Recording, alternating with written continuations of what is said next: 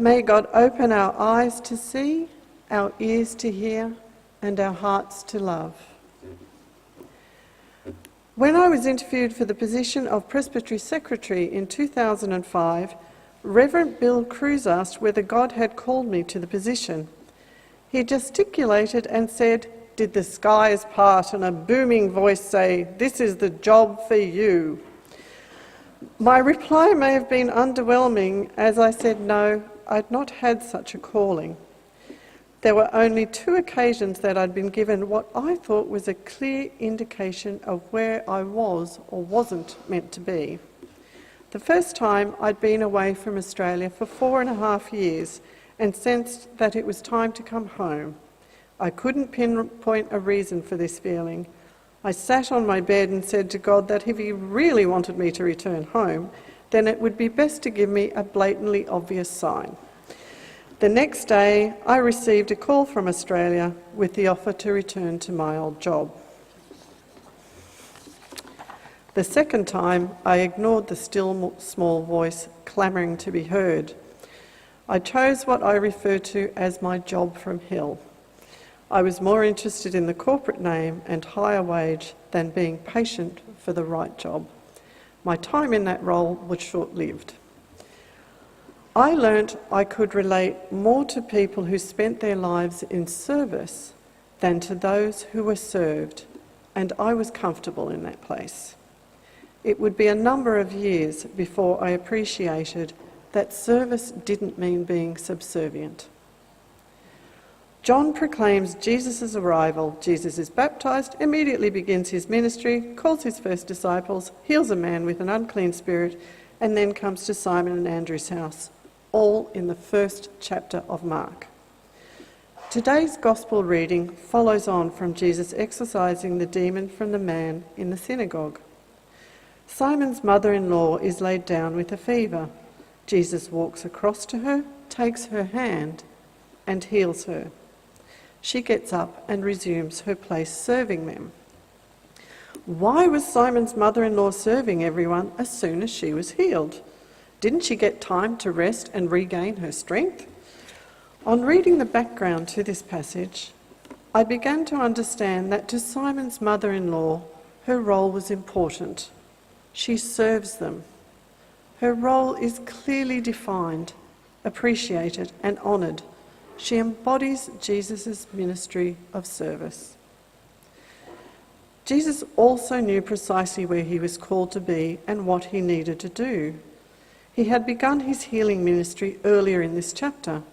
He has a strong sense that his work there is done, and so he wanders off to pray in peace. On returning to Simon's house, he says it is time to move to neighbouring towns to preach the good news. Simon is hesitant about this. He'd rather Jesus stay at his place and continue to heal those who came to him. Unlike his mother-in-law, Simon has lost sight of what being a disciple of Christ is, being ready to serve each other and to go where they are needed. Jesus didn't question his ministry and purpose for being made flesh. He knew exactly what he was to do and didn't waver from it. I don't remember Jesus saying, "Do I have to?" or "That's not my job." He did it willingly, knowing what was to come. Throughout his ministry, there was a deep sense of purpose and responsibility. He was responsible for the welfare of humankind, offering us a blueprint for living like no other we had previously experienced. He had little interest in the high flyers, preferring the company of those shunned or despised by society. Think of Zacchaeus. Zacchaeus had to climb a tree. He couldn't see Jesus. Jesus came across to him, asked him to come down from the tree, and went to dinner at Zacchaeus' place. Mary Magdalene had been shunned, and yet Jesus took her into his inner circle, and she was with him. Jesus takes her hand and heals her. The element of touch is also important in this passage. When done respectfully, and with permission of the other person, touch can be of great comfort to the sick and dying. One of my sister-in-laws is a pastoral care worker. When my mother was dying, Lois asked if Mum would like a hand massage. Mum thought it would be lovely. Lois sat by Mum and massaged cream into her hands whilst talking with her. Lois gently caressed each finger and her palms. After she'd finished, she continued to hold my mother's hands, and I saw the joy in my mother's face as this simple act of kindness and love was undertaken. For that time, she was at peace amidst the pain. For many years, I worked as a volunteer in a local drop-in op shop.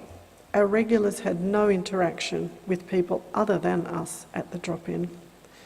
We offered tea, coffee and biscuits, and for our regulars, a hug.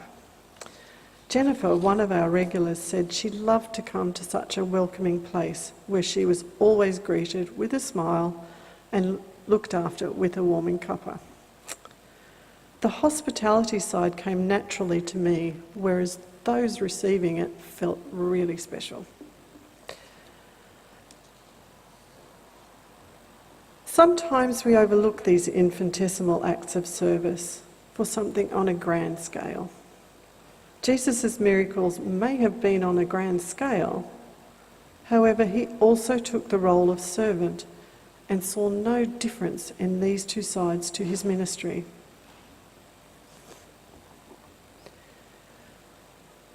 In her essay, The Needs of the Soul, Simone Weil says, "The fact that a human being possesses an eternal destiny imposes only one obligation: respect. The obligation is only performed if the respect is effectively expressed in a real, not a fictitious way, and this can only be done through the medium of man's earthly needs." Further on in the same essay, under the heading Responsibility, she states, "Initiative and responsibility to feel one is useful and even indispensable are vital needs of the human soul." Two of our most basic needs are that of being employed and having a roof over our head. In our affluent country, it is depressing to hear the employment figures and see the level of homelessness increase.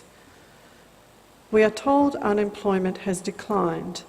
However, the reasons for this are the temporary positions created where people have no certainty of long-term employment. Society defines our lives with a limited view to responsibility as being that which only affects us as individuals, what we do, our success, and/or the amount of money we earn. Our goals become centred around ourselves, yet it is our communal responsibilities and place in service, stewardship and hospitality that exemplify God's kingdom on earth. God enables us to seek beyond the superficial and live a purposeful life by assisting others, whether family, friend or stranger. Recently, I met a lady who had returned to Australia after an 8-year posting overseas. Her husband was doing odd jobs and she was unsure of how to re-enter the workforce. She wondered how to explain what she had done in her role that would encourage someone to employ her. Even though they had tertiary training and both their roles were comprehensive, they were struggling to find employment. Isaiah offers hope and courage to us in times of struggle and doubt. He gives power to the faint and strengthens the powerless. Even youths will faint and be weary, and the young will fall exhausted. But those who wait for the Lord shall renew their strength. They shall mount up with wings like eagles. They shall run and not be weary. They shall walk and not faint. Grandmothers Against the Detention of Refugee Children hold their monthly meetings at Pitt Street. Gabby said to me last December, "I would like to say we won't see you next year, but the way things are going, we'll be back." These grandmothers continue to peacefully fight the injustice of those detained on Manus and Nauru. They appear tireless, as do all the organisations and individuals who work for those whose voices have been suppressed. I've yet to see the grandmothers tire. However, I'm sure there are times when they wonder if change will occur in their lifetime. Similar to the grandmothers and many people like them, we are given immeasurable assistance and strength by God when we feel our strength diminish. We just have to be open to it. Amen.